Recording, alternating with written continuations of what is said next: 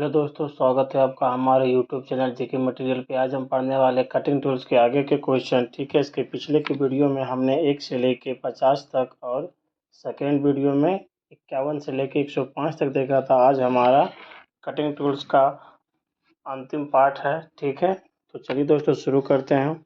हमारा पहला क्वेश्चन है, उस रेती का नाम डैश है जो चौड़ाई में समानांतर और मोटाई में टेपर होती है। ठीक है, चौड़ाई में समानांतर और मोटाई में टेपर हमारा हैंड फाइल होता है। ठीक है, अगला क्वेश्चन है, ड्रॉ फाइलिंग का उपयोग किया जाता है। ठीक है, आपको पता होगा ड्रॉ फाइलिंग का उपयोग सतह की फिनिशिंग करने एवं ऊंचे स्थान को दूर करने के लिए, ठीक है, हाई स्पॉट को दूर करने के लिए। नेक्स्ट क्वेश्चन है, फाइलिंग या घिसाई के बाद डैश किया जाता है। ठीक है, आपको पता होगा फाइलिंग करने के बाद हम स्क्रैपिंग करते हैं, ऑप्शन सी। ठीक है, आपसे पूछा जाता है कि स्क्रैपिंग का एंगल कितना होता है। ठीक है, तो स्क्रैपिंग का एंगल होता है 12 डिग्री से 15 डिग्री। ठीक है, नेक्स्ट क्वेश्चन है, फाइल को टेपर में क्यों बनाया जाता है। ठीक है, तो हमारा आंसर हो जाएगा तंग स्थानों पर फाइलिंग करने के लिए। ठीक है, ऑप्शन बी हमारा सही हो जाएगा। नेक्स्ट क्वेश्चन है, फाइल में उतलता क्यों दी जाती है। दोनों किनारों पर समान दबाव पड़ने हेतु, टेम्परिंग के समय टेढ़ापन रोकने हेतु, फाइलिंग में पूरी बॉडी रगड़ ना खा सकने हेतु। ठीक है, ये तीनों हमारा सही है, तो हमारा आंसर हो जाएगा उपयुक्त सभी, ऑप्शन डी। ठीक है, क्वेश्चन है, फाइल में पिनिंग दोष क्या है। ठीक है, तो फाइल में पिनिंग का मतलब क्या होता है, फाइल के दांतों में धातु के कण का फंसना। ठीक है, जब हम किसी जॉब पे फाइलिंग करते हैं तो उसके छोटे छोटे जो कण होते हैं हमारा फाइल के दांतों में फंस जाता है। ठीक है, ये हमारा कहलाता है पिनिंग ऑफ फाइल। ठीक है, अगला क्वेश्चन है, फाइल में पिनिंग का क्या प्रभाव पड़ता है। ठीक है, आपको पता होगा अभी थोड़ी देर पहले हमने बताया था, जॉब की सतह पर खरोच पड़ना। ठीक है, ऑप्शन ए। अगला क्वेश्चन है, किस फाइल द्वारा वी के आकार के खांचे काटे जाते हैं। ठीक है, तो वी के आकार के खांचे काटे जाते हैं हमारे ट्रेंगुलर फाइल से। ठीक है, जिसे हम ट्रेंगुलर फाइल कहते हैं। ठीक है, त्रिकोणीय फाइल। अगला क्वेश्चन है, चाबी घाट बनाने में किस फाइल का प्रयोग किया जाता है। वेरी वेरी इंपॉर्टेंट क्वेश्चन है दोस्तों। चाबी घाट बनाने के लिए हम नाइफ एज फाइल का प्रयोग करते हैं, ऑप्शन सी। लकड़ी काटने वाली आरी के दांतों को तेज करने के लिए किस रेती का प्रयोग किया जाता है। ठीक है, आपको पता होगा लकड़ी काटने वाली आरी के दांतों को तेज करने के लिए हम ट्रेंगुलर मतलब त्रिभुजाकार फाइल का प्रयोग करते हैं। अगला क्वेश्चन है हमारा, फाइल का विवरण दर्शाया जाता है। ठीक है, लंबाई और आकृति से, कट, एक कट या दो कट से, ग्रेड से। तो ये हमारा तीनों आंसर सही है। फाइल का विवरण हम दर्शाते हैं लंबाई के अनुसार भी और कट के अनुसार भी और ग्रेड के अनुसार, इसलिए हमारा सही हो जाएगा उपयुक्त में से सभी, ऑप्शन डी। ठीक है, हमारा अगला क्वेश्चन है, संकीर्ण स्थानों और छिद्रों के लिए अनुवांशिक रेती है। ठीक है, तो क्या होता है चाकुनुमा। ठीक है, जिसे हम नाइफ एज फाइल भी कहते हैं। अगला क्वेश्चन है हमारा, कार्य वस्तु में अतिरिक्त वस्तु को डैश का उपयोग करते हुए निकाला जाता है। ठीक है, तुम्हारा आंसर क्या हो जाएगा, फाइल के द्वारा। ठीक है, ऑप्शन सी। नेक्स्ट क्वेश्चन है, रेफ्स फाइल का प्रयोग कहाँ किया जाता है। ठीक है, आपको पता होगा दोस्तों रेफ्स फाइल का प्रयोग लकड़ी और चमड़े के फाइलिंग के लिए किया जाता है। ठीक है, जो ट्यूब पंचर हो जाता है तो इसमें रेफ्स फाइल का प्रयोग किया जाता है। ठीक है, चमड़े में। ठीक है, हमारा अगला क्वेश्चन है, किस प्रकार के कार्य के लिए अर्धगोल रेती का उपयोग किया जाता है। ठीक है, हाफ राउंड फाइल का प्रयोग कहाँ किया जाता है, तो वक्रित पृष्ठीय कार्य के लिए, ऑप्शन सी। नेक्स्ट क्वेश्चन है, रेती जिसे चमड़े की घिसाई के लिए उपयुक्त है। ठीक है, चमड़े। ठीक है दोस्तों, फिर से हमारा वही क्वेश्चन है, चमड़े के लिए हम रफ्स कट का प्रयोग करते हैं, ऑप्शन सी। नेक्स्ट है, रेती के जिस भाग में हैंडल फिट होता है उसे हम कहते हैं, आपको पता होगा रेती के किस भाग में हैंडल को फिट करते हैं, तो टैंक के भाग में। ठीक है, और टैंक में ही हमारा एक मेटल पार्ट होता है। ठीक है, यहाँ पे जिसे हम फेरुल कहते हैं।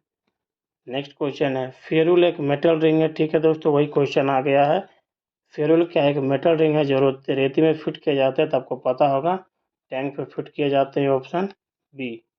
नेक्स्ट क्वेश्चन है,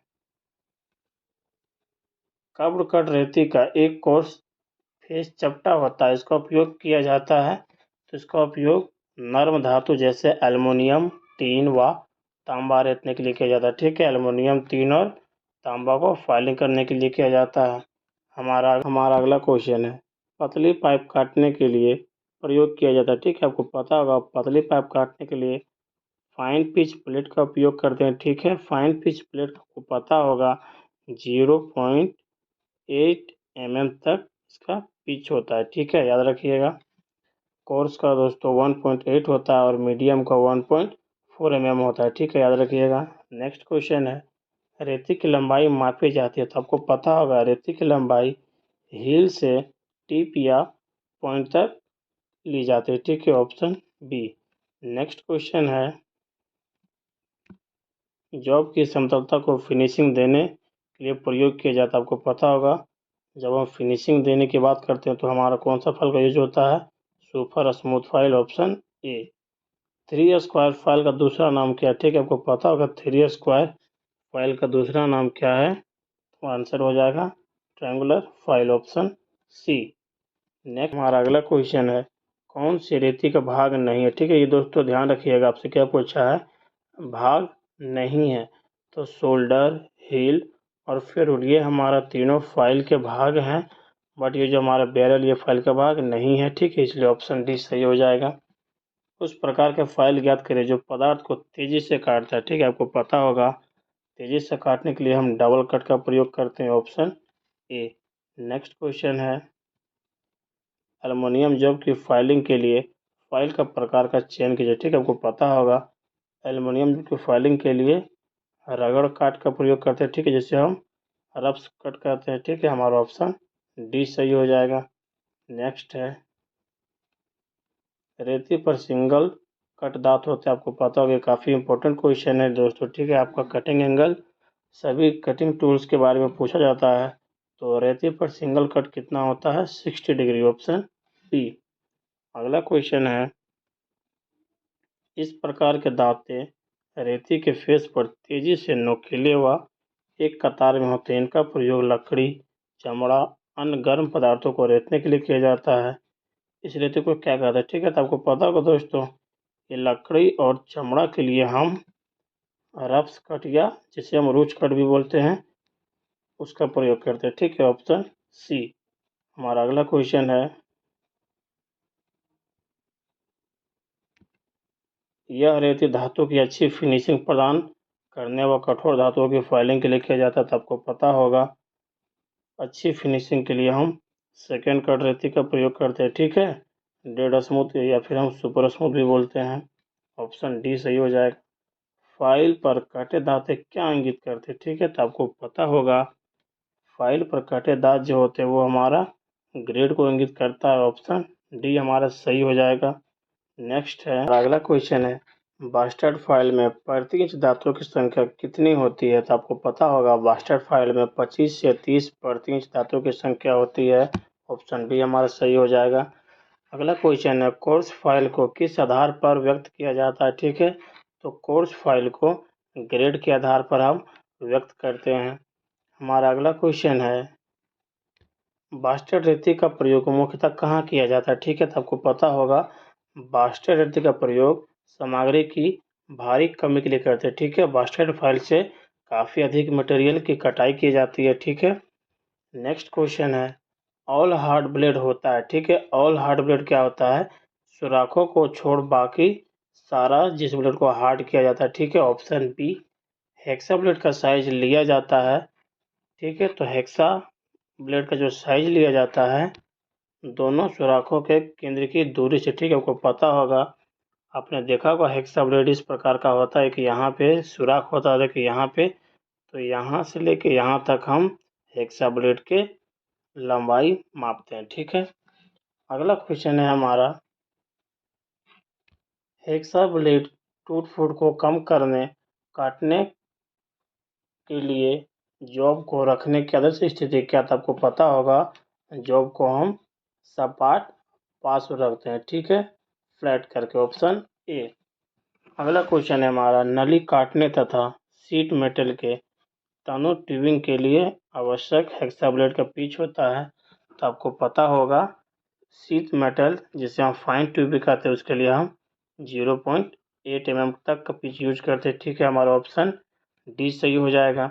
नेक्स्ट हमारा अगला क्वेश्चन है, लोहा काटने का टूल कौन सा है। ठीक है, तो आपको पता होगा लोहा हम हेक्सा ब्लेड से काटते हैं। ठीक है, हेक्सा धातु की सेटिंग क्यों की जाती है। ठीक है, तो आपको पता होगा हेक्सा ब्लेड के धातु की सेटिंग काटने की सुगमता को, ब्लेड का घर्षण कम करने के, कटिंग खांचे को क्लियरेंस देने के लिए। ठीक है, ये हमारा तीनों ऑप्शन सही हो जाएगा, इसलिए आंसर हो जाएगा हमारा उपयुक्त सभी ऑप्शन डी। ठीक है, नेक्स्ट क्वेश्चन है, हेक्सा ब्लेड के दांते किस पिच के बने होते हैं। ठीक है, आपको पता होगा हेक्सा ब्लेड के दांते हमारा मीडियम, कोर्स और फाइन पिच, ये तीनों प्रकार के बने होते हैं। ठीक है, 1.4 मीडियम के लिए, 0.8 फाइन के लिए, 1.8 हमारा कोर्स पिच के लिए। ठीक है, हमारा ऑप्शन डी सही हो जाएगा। फाइन पिच की ब्लेड प्रति एम कितने दांते होते हैं। ठीक है, आपको पता होगा फाइन पिच के लिए क्या हो जाएगा 1 mm पिच। ठीक है, आंसर सी। नेक्स्ट है, हेक्सोइंग के समय ब्लेड के दांत किस दिशा में रहने चाहिए। ठीक है, तो सामने की तरफ फॉरवर्ड में। ठीक है, ऑप्शन ए। हेक्सोइंग में तिरछी काट का क्या कारण है, आपको पता होगा एक समान दबाव का ना होना, ब्लेड का हेक्सो फ्रेम में ठीक से ना बंधा होना, ब्लेड की पूरी लंबाई द्वारा कट ना करना। ठीक है, तो हमारा आंसर क्या हो जाएगा ए और बी। ठीक है, ए और बी, ये मतलब आंसर डी। ठीक है, नेक्स्ट क्वेश्चन है, ब्लेड टूटने के क्या कारण होते हैं। हेक्सा पर अधिक दबाव डालना, कूलेंट का प्रयोग ना करना, पूरे कट में कई ब्लेड प्रयोग करना। ठीक है, ये हमारा तीनों आंसर सही हो जाएगा, इसलिए ऑप्शन डी हमारा राइट हो जाएगा, उपयुक्त सभी। नेक्स्ट है, पिसाई पहिए की कटाई कार्य में सुधार करने की प्रक्रिया कहलाती है। ठीक है, अब क्या पूछा जा रहा है, पिसाई पहिए में किससे कहते हैं, ग्राइंडिंग व्हील को। ठीक है, तो सुधार करने की प्रक्रिया क्या कहलाता है, हमारा ड्रेसिंग कार्य। ठीक है, ऑप्शन ए। नेक्स्ट है, A50 M6 V18 निम्न की एक विशिष्टता। ठीक है, आपको पता होगा ये काफ़ी इम्पोर्टेंट क्वेश्चन है आपका, इससे क्वेश्चन हमारे सभी एग्ज़ाम में, टेक्निकल एग्ज़ाम में पूछे जाते हैं। ठीक है, तो आपको पता होगा कि किसकी विशेषता है, तो घिसाई पहिया। ठीक है, ये ग्राइंडिंग व्हील के बारे में बताया जा रहा है। नेक्स्ट हमारा अगला क्वेश्चन है, घिसाई पहिए की कठोरता निम्न द्वारा विनिर्दिष्ट की जाती है। ठीक है, तो वर्णमाला का अक्षर द्वारा, आपको पता होगा अंग्रेजी के लेटर द्वारा इसकी कठोरता को इंगित किया जाता है। हमारा अगला क्वेश्चन है, कई हजारों कर्तन कोर सहित कर्तन उपकरण डैश होता है। ठीक है, आपको पता होगा कई हजार दांत कटे होते हैं हमारा ग्राइंडिंग चक्र में, ऑप्शन सी। सिलिकॉन नेक्स्ट है, सिलिकॉन कार्बाइड चक्र डैश ग्राइंड करने हेतु सर्वोत्तम उपयुक्त है। ठीक है, तो ताम्र एवं एल्युमिनियम के लिए हमारा सिलिकॉन कार्बाइड का उपयोग करते हैं। ठीक है, आपको पता होगा सिलिकॉन कार्बाइड और एल्युमिनियम ऑक्साइड ये दोनों हमारा कृत्रिम एब्रेसिव है। ठीक है, तो ऑप्शन ए सही हो जाएगा। नेक्स्ट है, एल्युमिनियम ऑक्साइड चक्र डैश ग्राइंड करने हेतु बेहतर उपयुक्त है। ठीक है, आपको पता होगा उच्च तनन बल इस्पात और कार्बन इस्पात के लिए एल्युमिनियम ऑक्साइड का प्रयोग करते हैं। ठीक है, यह भी हमारा कृत्रिम एब्रेसिव है। ठीक है, नेक्स्ट है, टंगस्टन कार्बाइड की लेपन के लिए इनमें से कौन सा एब्रेसिव का प्रयोग करते हैं। ठीक है, आपको पता होगा टंगस्टन कार्बाइड डायमंड का प्रयोग करते हैं। ठीक है, डायमंड हमारा बहुत हार्ड होता है और ये प्राकृतिक एब्रेसिव है। ठीक है, अगला क्वेश्चन है, बालूकास्म कोरंडम एवं हीरा डैश होते हैं। तो आपको क्या है, ये हमारा प्राकृतिक अपघर्षक है, ऑप्शन ए सही हो जाएगा। नेक्स्ट क्वेश्चन है,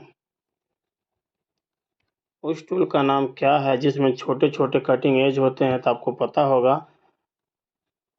छोटे छोटे कटिंग एज ग्राइंडर में होते हैं। ठीक है, ग्राइंडर किस प्रकार का टूल है, तो ग्राइंडर एक कटिंग टूल है। ठीक है, ऑप्शन सी। नेक्स्ट है, ग्राइंडिंग व्हील किन कणों द्वारा बनाया जाता है, ठीक है। तो ग्राइंडिंग व्हील एब्रेसिव कण द्वारा बनाया जाता है।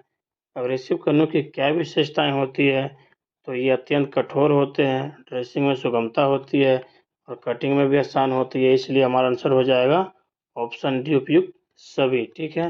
नेक्स्ट है कोरंडम किस प्रकार का एब्रेसिव है, तो आपको पता होगा हमारा कोरंडम एक प्रकार का प्राकृतिक एब्रेसिव है। ग्राइंडिंग व्हील का कोड का पहला प्रतीक क्या होता है, ठीक है, तो आपको पता होगा एब्रेसिव होता है, ऑप्शन बी।